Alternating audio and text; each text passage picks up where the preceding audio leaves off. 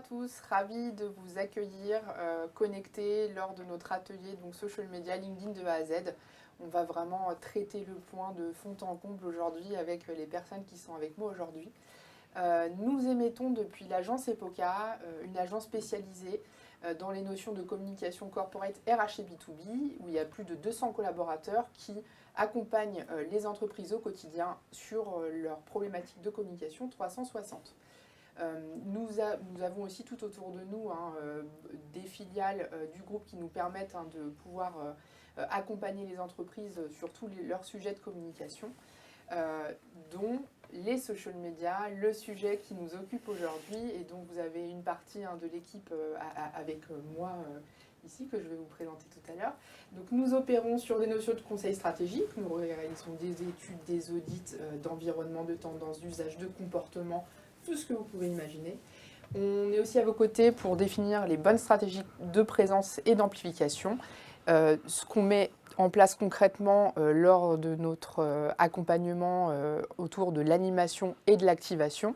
Et puis aussi une partie de notre activité qui est assez stratégique en ce moment, qui est la conception, la mise en place et l'animation de programmes d'ambassadeurat, à la fois pour les collaborateurs, mais aussi pour les profils dirigeants que nous accompagnons vraiment en proximité sur LinkedIn.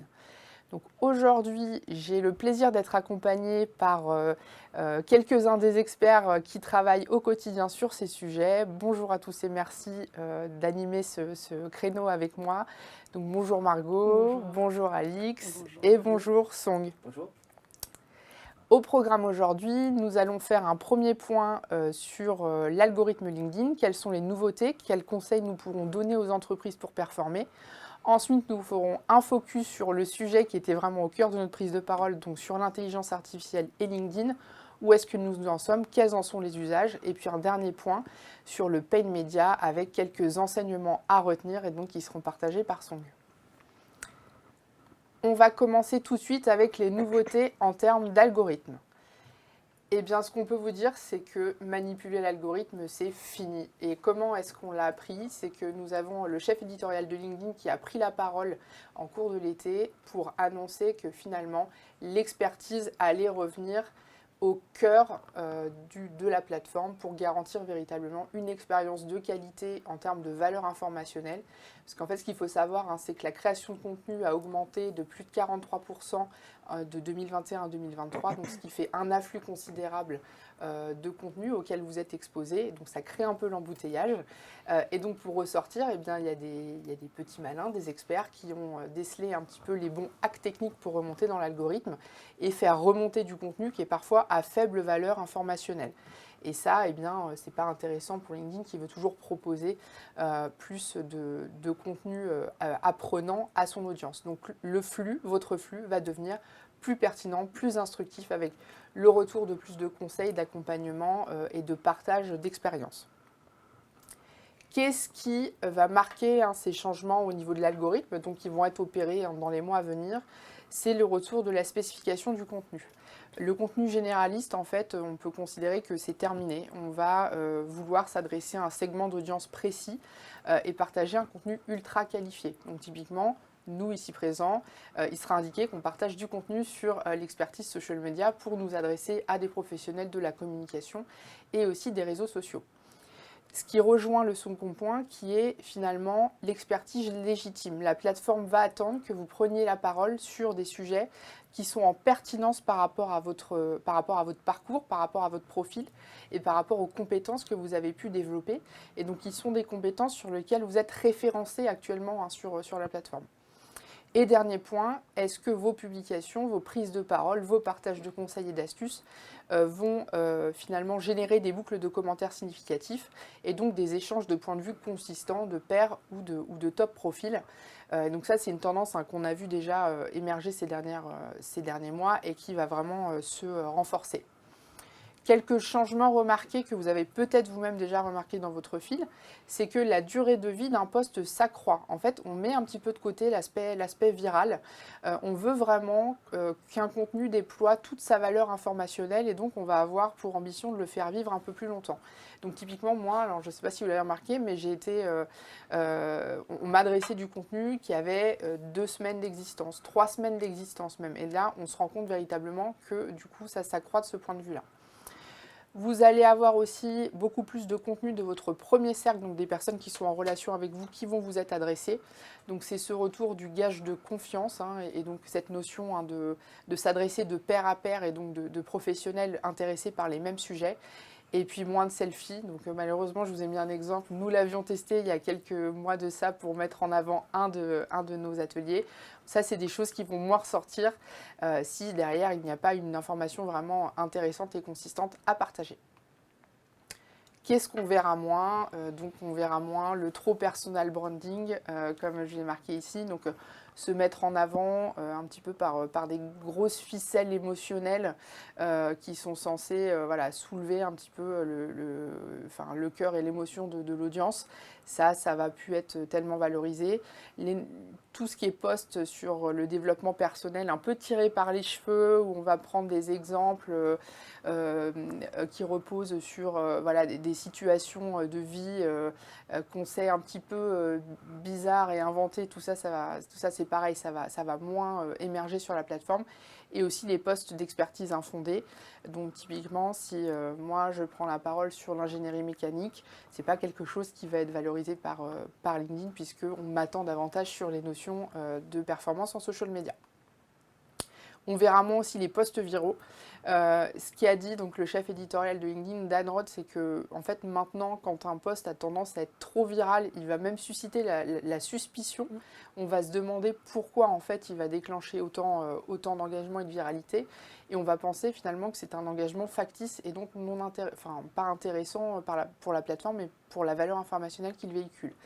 Donc attention, on va moins avoir ces notions de générer de l'engagement un peu cosmétique avec des sondages qui sont infondés sur le fond justement. Et les pavés dans la mare, donc en fait les notions d'opinion politique c'est fini, on va valoriser davantage l'expertise, donc tout ce qui est notion un petit peu où je vais porter mon attention et critiquer vivement ou rebondir sur une actualité politique ou sociopolitique, ça ne va pas forcément être valorisé par l'algorithme. Donc une fois qu'on a dit tout ça, on a des conseils à vous partager pour vous et pour l'animation de vos pages entreprises. Et donc je vais passer la parole à Margot. Merci Marie. Effectivement, alors aujourd'hui on va faire un petit focus sur les pages entreprises et on va vous donner quelques conseils et nouveautés sur l'algorithme par rapport à vos pages entreprises. Donc pour commencer, une page entreprise, évidemment, ça représente votre marque. Et c'est aussi en fait l'endroit qui fera la rencontre entre vos auditeurs et vous, donc votre marque. Donc c'est le moment pour faire connaissance. Et aujourd'hui, la clé vraiment pour stimuler votre croissance sur votre page entreprise, en fait, c'est d'attirer votre audience et après, donc, du coup, d'interagir avec elle et d'en faire vraiment votre communauté. Donc maintenant, que vous ayez une page entreprise opérationnelle avec déjà une belle communauté ou pas, les conseils qu'on va vous donner par la suite vous serviront quoi qu'il advienne. Pour commencer, c'est vrai que LinkedIn a tendance en fait, à avoir une communication basée sur le texte.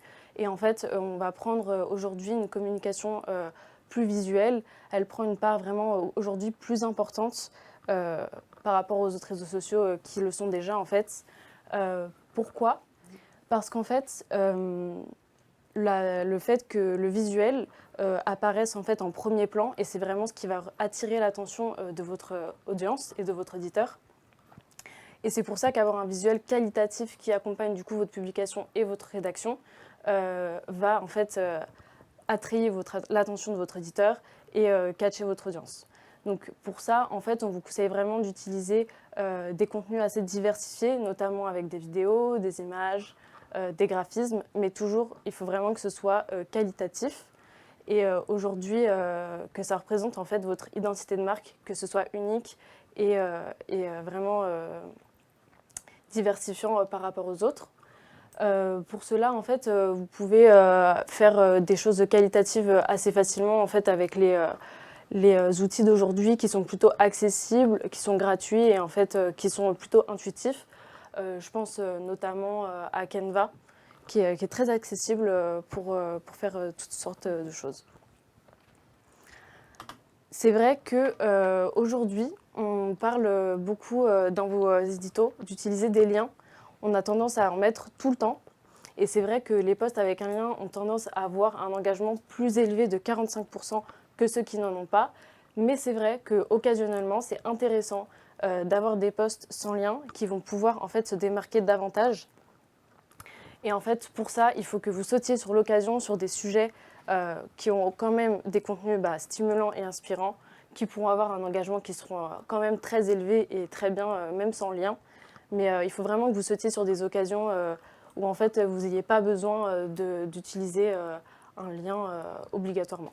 Et oui, et sur ces actions-là, on se rend compte, et ça fait partie des exemples que tu as montré, Margot, quand on voit de l'humain, quand il y a le groupe, quand il y a les collaborateurs qui sont là, c'est vrai que ça a tendance à générer beaucoup d'engagement sans qu'il y ait besoin de rediriger en fait, vers un autre contenu. Tout à fait.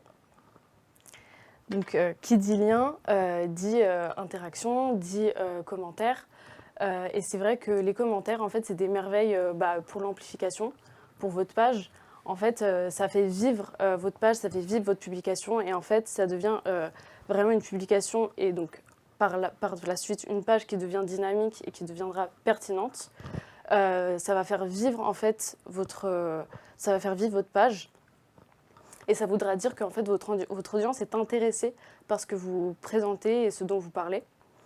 Il est possible que si vous ayez déjà en fait une page avec une communauté assez conséquente et que vous ayez beaucoup d'interactions, si vous avez trop de commentaires, c'est pas un souci et que vous ayez pas le temps de répondre. En fait, ce qu'on vous conseille dans ces cas-là, c'est de vous focaliser en fait sur des réponses qui sont utiles tant pour vous que pour vos auditeurs et que ce soit assez divertissant pour vous toujours et les autres dans la discussion.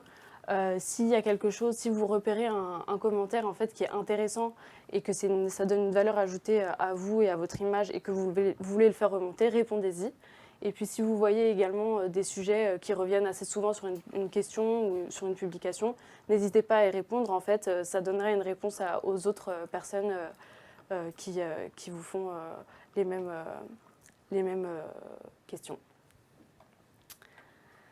Aujourd'hui, c'est vrai qu'une entreprise, c'est personne en fait sans des employés. C'est très important de favoriser en fait une approche centrée sur votre équipe. Et c'est vrai qu'il y a eu pas mal d'exemples d'entreprises en fait, de pages LinkedIn qui ont plutôt bien marché et qui ont connu le succès en fait en favorisant une approche centrée en fait sur ces équipes.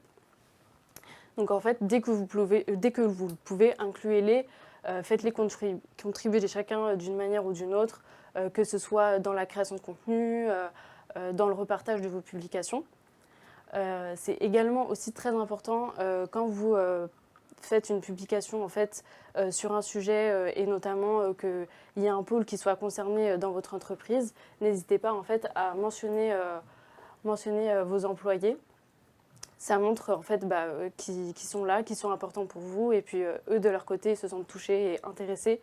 Donc ils pourront également aussi repartager de leur côté s'ils en ont envie ou pas. Et de part en fait vous pouvez aussi augmenter la portée de votre contenu en informant les employés qui seraient potentiellement intéressés par le sujet. Vous pouvez leur envoyer un message ou directement leur dire voilà, vous pouvez activer la cloche et ça leur enverra des notifications dès que la page entreprise publiera quelque chose. Et de leur côté, ils pourront repartager ce qui fera toujours plus de visibilité pour tout le monde.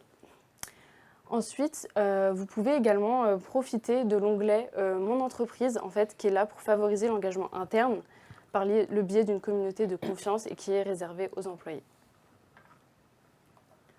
Je vais laisser passer, je vais redonner la parole à Marie concernant l'IA et LinkedIn. Merci Margot. Donc effectivement, après ce point sur les algorithmes et les bons conseils qu'on pouvait vous donner, l'idée c'est de se maintenant concentrer sur l'intelligence artificielle et LinkedIn. Donc on va faire le point.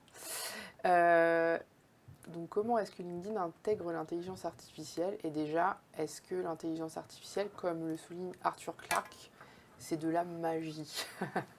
Alors non, c'est pas notre avis. En fait, l'intelligence artificielle, on peut la définir comme les outils qui sont mis en place par les machines pour reproduire un comportement humain qui va être celui du raisonnement, de la planification, de la créativité aussi. Et donc pour ce faire, ces intelligences vont agréger un grand volume de data auxquelles elles vont appliquer des systèmes de calcul complexes et vont ressortir des règles et des règles qui aussi sont auto-apprenantes en fait avec le temps. Donc très concrètement, pour LinkedIn, qu'est-ce que ça veut dire? Donc déjà, comme on le voit par la citation qu'on a voulu mettre en avant de Tomer Cohen, qui est voilà, un profil clé au sein de LinkedIn, c'est considéré comme un outil pour performer vraiment très fortement dans le monde du travail. Et sur LinkedIn, ça va être aussi un outil vraiment incontournable pour analyser finement les données et comprendre des schémas complexes pour en tirer des conclusions et prendre ensuite des décisions pour vous faciliter en fait la création de contenu et aussi une expérience qualitative sur la plateforme et vous proposer du contenu toujours plus pertinent. Donc LinkedIn, LinkedIn et l'intelligence artificielle, où est-ce que nous en sommes?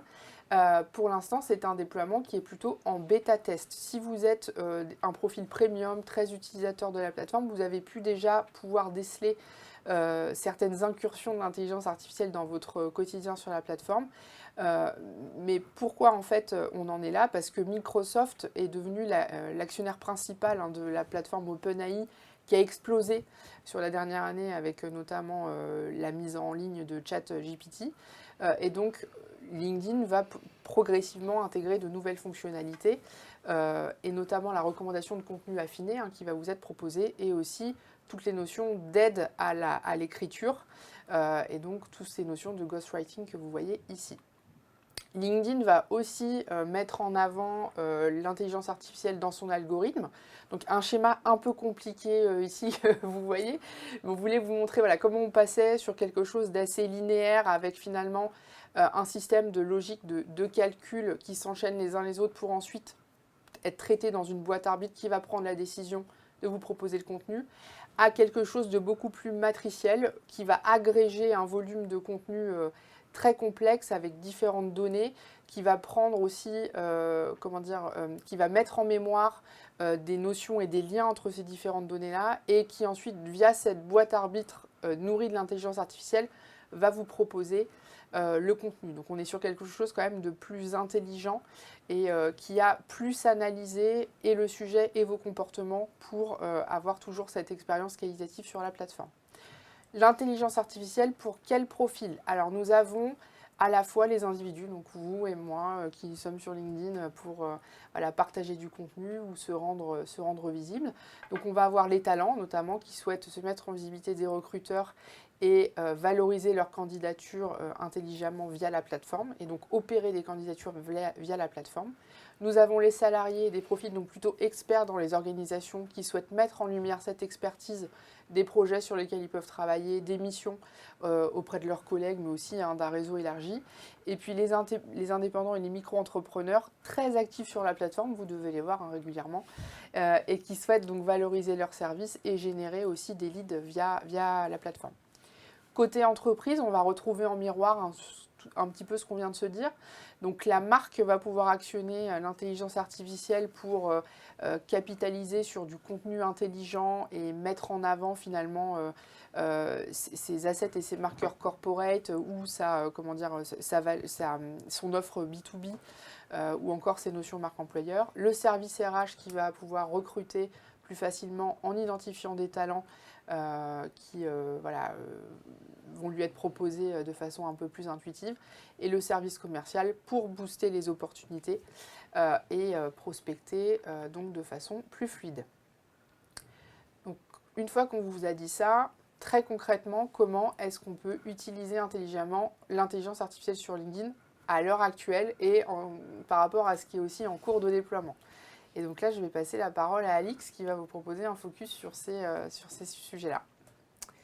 Merci Marie donc pour cette introduction de l'intelligence artificielle sur LinkedIn et effectivement moi je vais rentrer un petit peu plus dans le concret et vous expliquer quelles sont les différentes options qui s'offrent à vous en termes d'intelligence artificielle, comment elle peut nous aider donc à nous améliorer sur LinkedIn en tant que personne ou en tant qu'entreprise. Donc dans un premier temps, l'IA permet d'améliorer l'expérience donc sur la plateforme.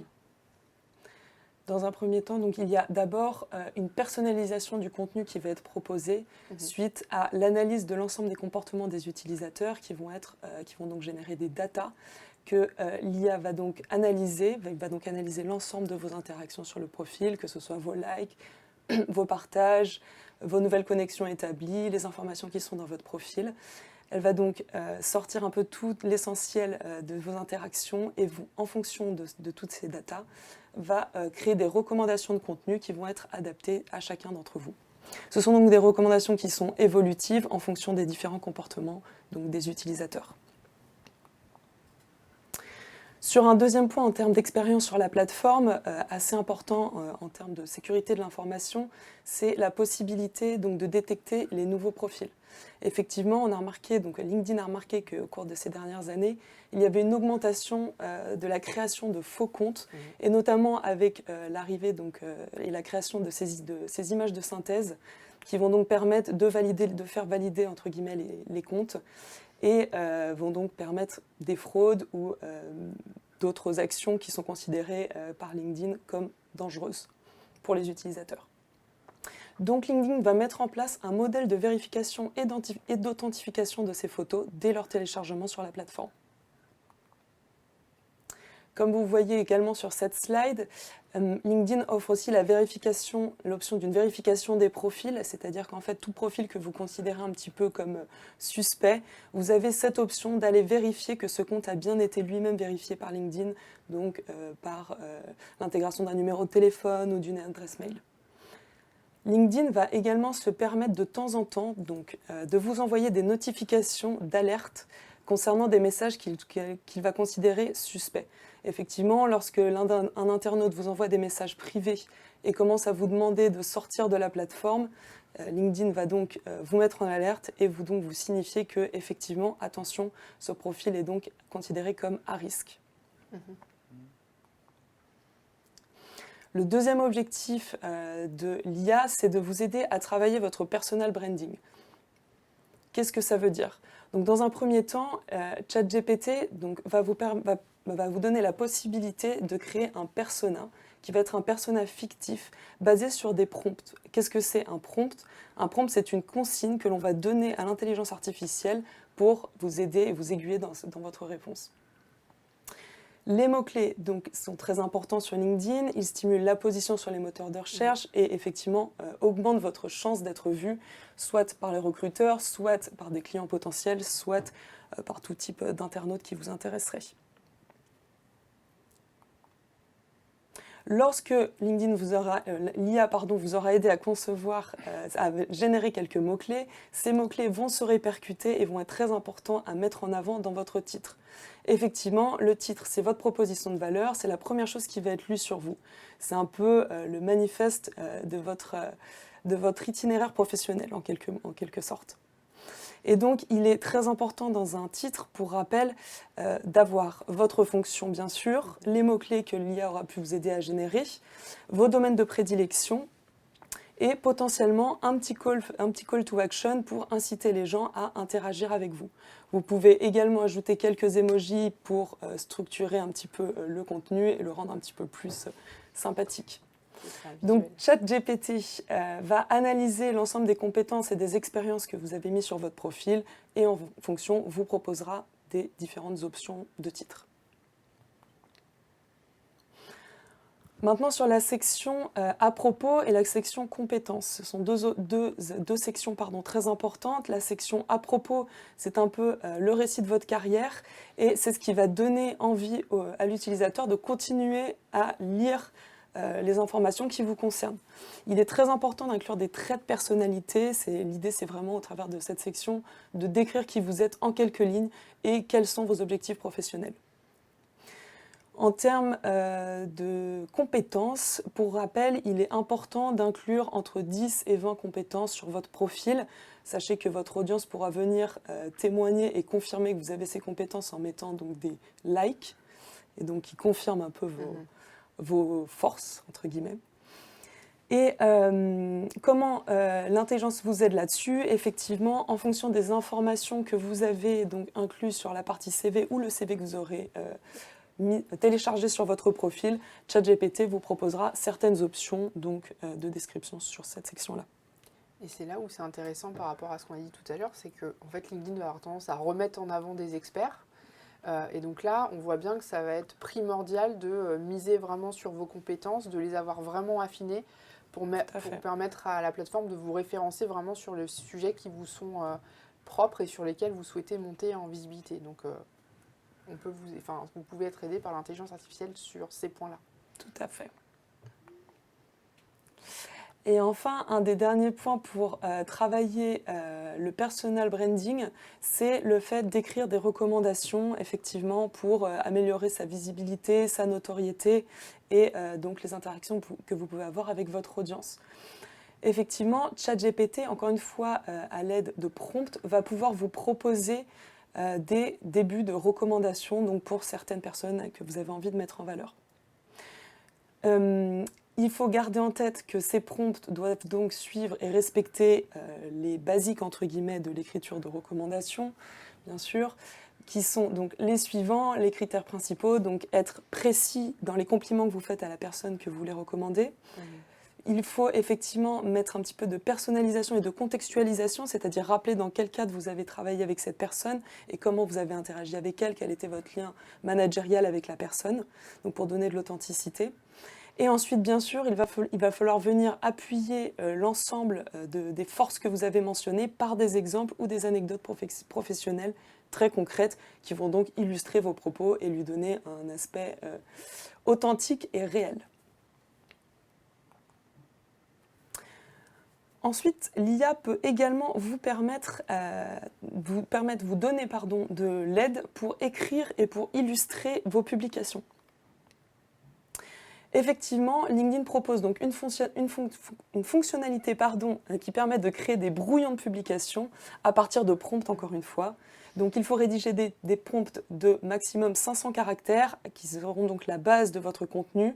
Vous n'allez pas réellement traiter le sujet, vous allez l'introduire de manière courte et l'IA prendra le relais et vous aidera donc à construire votre publication.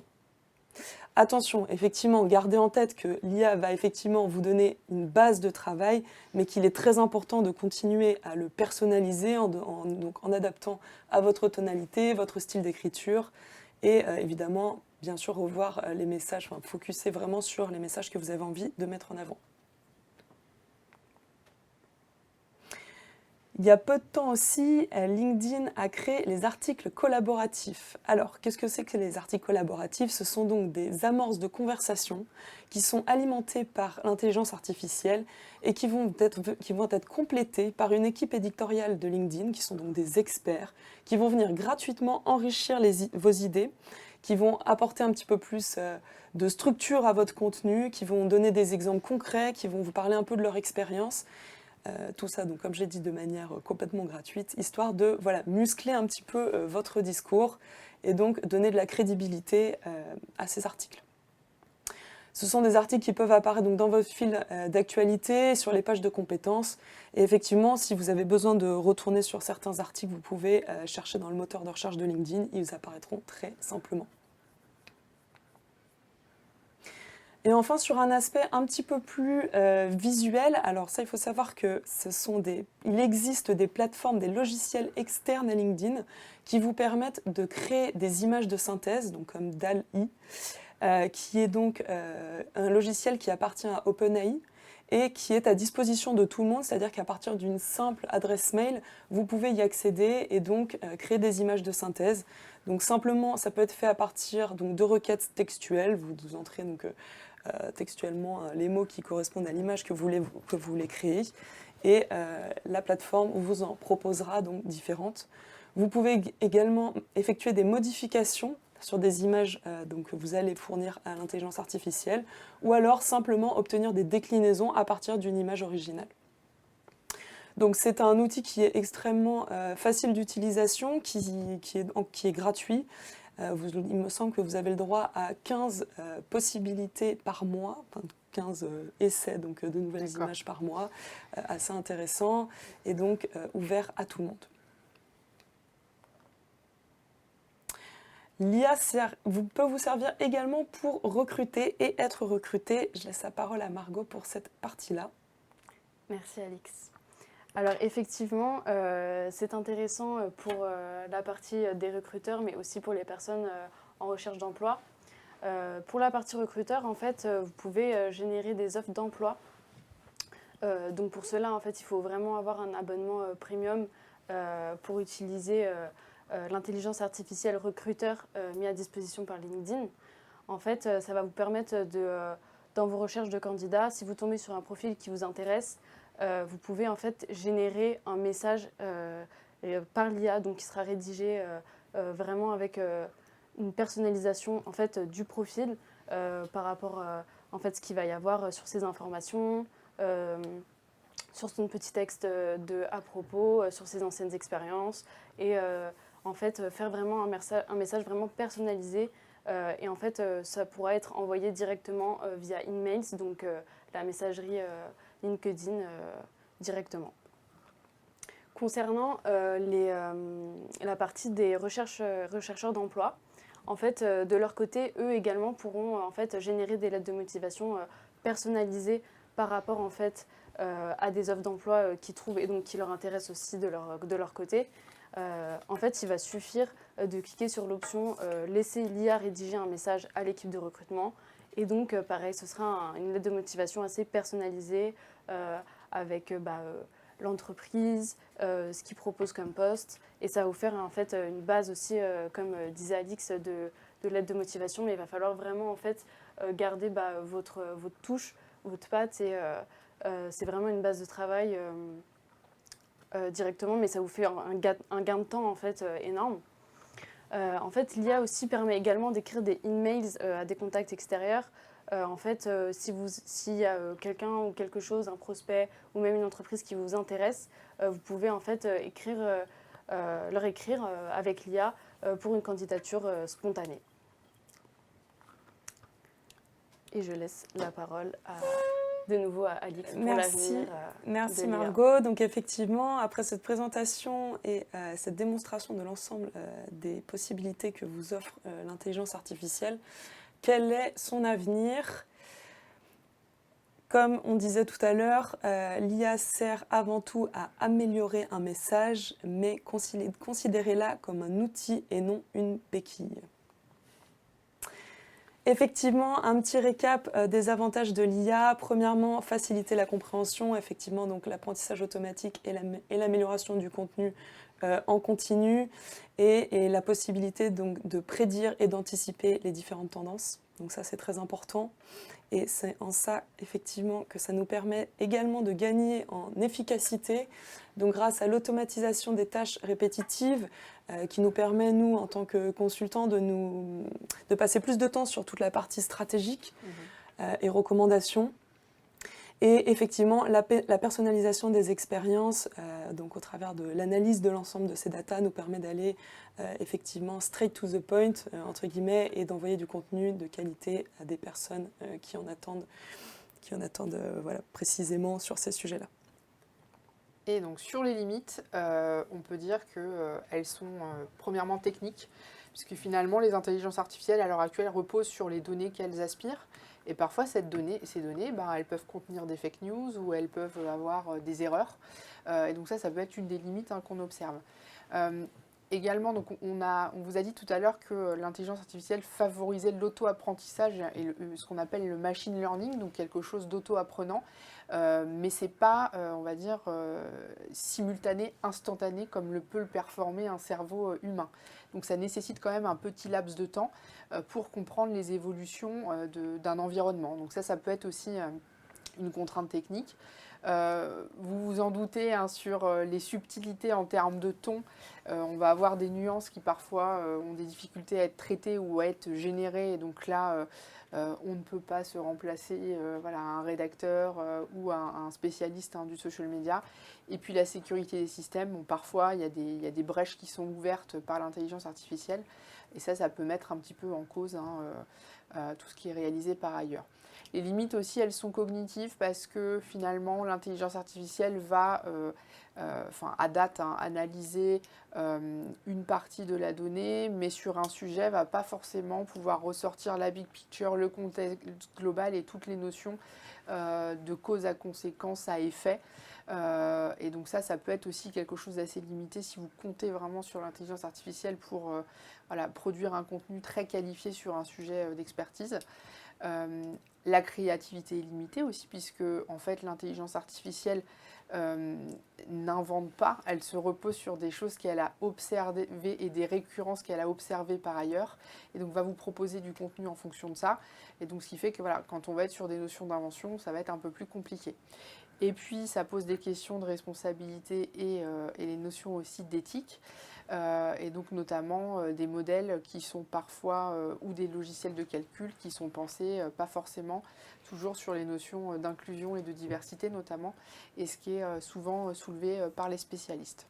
Donc une fois qu'on a dit ça et qu'on a vu hein, l'ensemble des éléments qu'on pouvait vous partager sur l'intelligence artificielle, on va faire maintenant un petit point sur ce qu'il y a à retenir sur le paid media. Et là, Song, je te laisse le flow et la parole.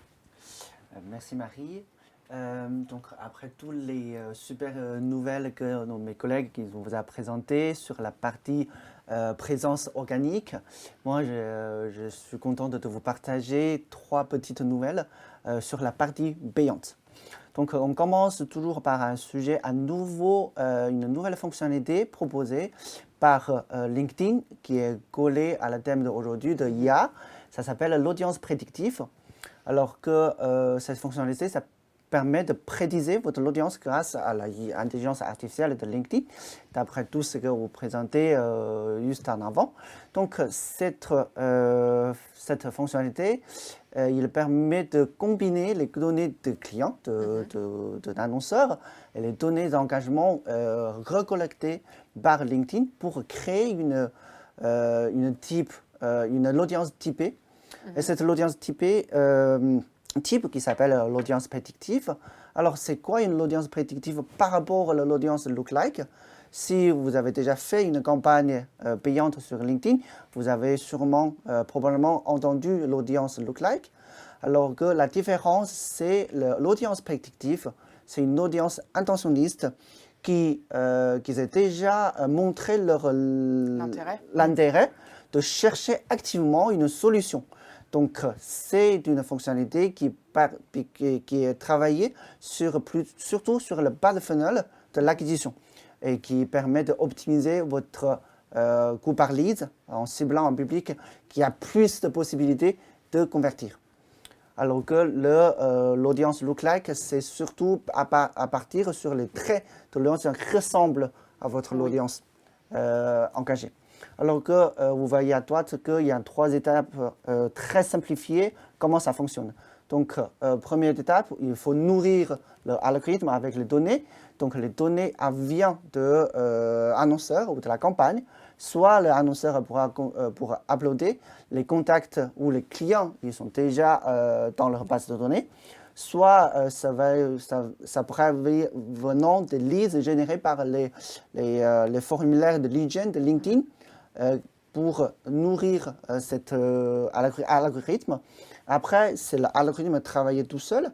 Il va matcher ses contacts, on va les donner, et l'audience dans la plateforme en analysant plein de signaux et les engagements pour extraire les personas et pour éventuellement construire une audience qui est prédictive, qui va convertir. Ok, c'est intéressant. La deuxième nouvelle, c'est plutôt un nouveau format qui est proposé, qui est sorti il n'y a pas très longtemps par LinkedIn, qui qui est aussi qui suit la même logique que Marie, Alexis, Marco a justement a mentionné avant, c'est remettre l'expertise et les experts dans l'entreprise ou dans l'industrie en avant.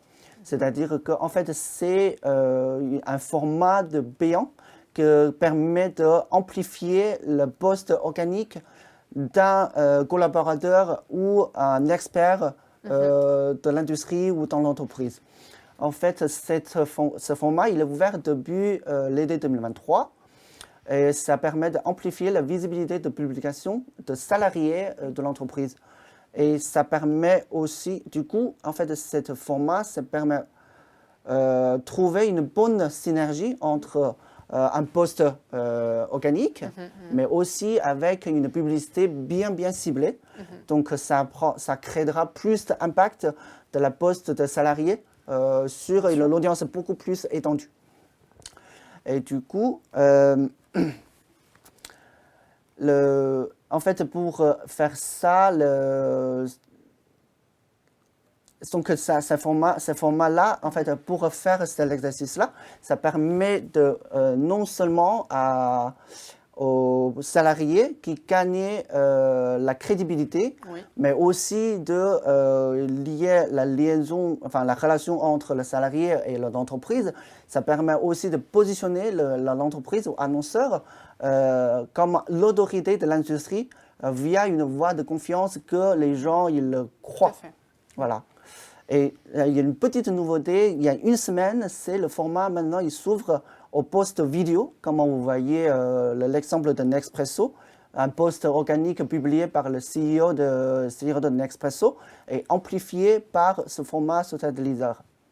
Mais aussi, et ça l'ouvert aussi à une audience de LinkedIn extendue. Alors, dernière nouvelle, c'est une nouvelle de business case qui value presque 1 million US dollars. Et c'est avec 38 opportunités, on a créé en 5 mois. Et c'est un business case qu'on a fait éventuellement, on a fait avec notre client Waters. En fait, c'est l'intéressant de ce business case, c'est un formulaire de gagnante, ou winning recette réussie, qu'on pourra identifier en 3 éléments, avec 3 éléments qui a contribué à cette réussite. Premièrement, c'est en fait Waters, c'est un client qu'on a accompagné depuis plusieurs années.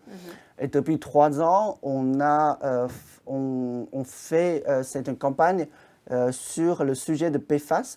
En fait, c'est la substance qu'il faut analyser dans l'eau, dans la terre, dans la nourriture, qui éventuellement formait le microplastique. Donc, c'est un sujet devient de plus en plus populaire.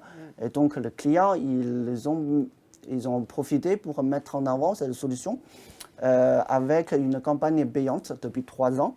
Donc, pendant 3 ans, on a fait cette campagne payante avec les clients. On a connecté énormément de données sur l'audience, sur l'entreprise, sur la solution et sur l'industrie intéressante. Et après, pour former une compréhension complète de prospects et de l'audience qui sera intéressée à cette solution-là. Et après, pour cette année-là, on a adopté la manière qu'on a fait cette campagne, notamment sur la partie créative. Vous voyez à droite que quand vous voyez l'image avec un bébé, on ne dirait pas forcément c'est un créatif, c'est un visuel publicitaire qu'on utilisait dans une campagne B2B ciblée les professionnels laboratoires. Et c'est justement l'approche un peu inconventionnelle, ça permet de changer, adapter le storytelling de cette campagne à partir des données qu'on a collectées pendant 3 ans. Et dernier ingrédient, c'est pour une campagne payante, c'est le données, c'est vraiment le nerf de la guerre. C'est on arrive à partir des données collectées en temps réel, on arrive de réagir et optimiser la campagne en temps réel à partir de données récemment collectées, mais aussi à partir de tous les historiques de 3 ans. Donc c'est pour ça, c'est un cas très intéressant et ça formait une preuve que il faut bien danser, savoir danser avec les données qu'on collectait et moi aussi avec l'algorithme qui évolue en constant. Et une petite, et à la fin, une petite récompense pour nous, c'est on a gagné un prix d'or, un prix à bronze. Il y a la semaine dernière avec ce cas-là qui nous montré que c'est un chemin Très efficace. Exactement. Maintenant, je redonne la parole à Marie. Oui, merci beaucoup Song pour toutes ces infos et une parole qui va être celle de la conclusion. Donc voilà, on était très contents de vous proposer ce panorama aujourd'hui. On espère que ça aura pu répondre à vos questions et que ça vous aura amené des informations utiles pour votre quotidien. Je pense que tous ici présents, nous tenons disponibles pour répondre à vos questions. Et pour ne pas vous surprendre, on va vous demander peut-être de nous contacter via LinkedIn ou sinon via le contact que vous avez eu lorsque vous êtes inscrit à cet atelier. Donc voilà, disponible pour échanger avec vous de toutes vos problématiques social media et de voir quelles solutions on pourrait trouver ensemble. Donc merci pour votre attention et puis à la prochaine. Merci. Au revoir.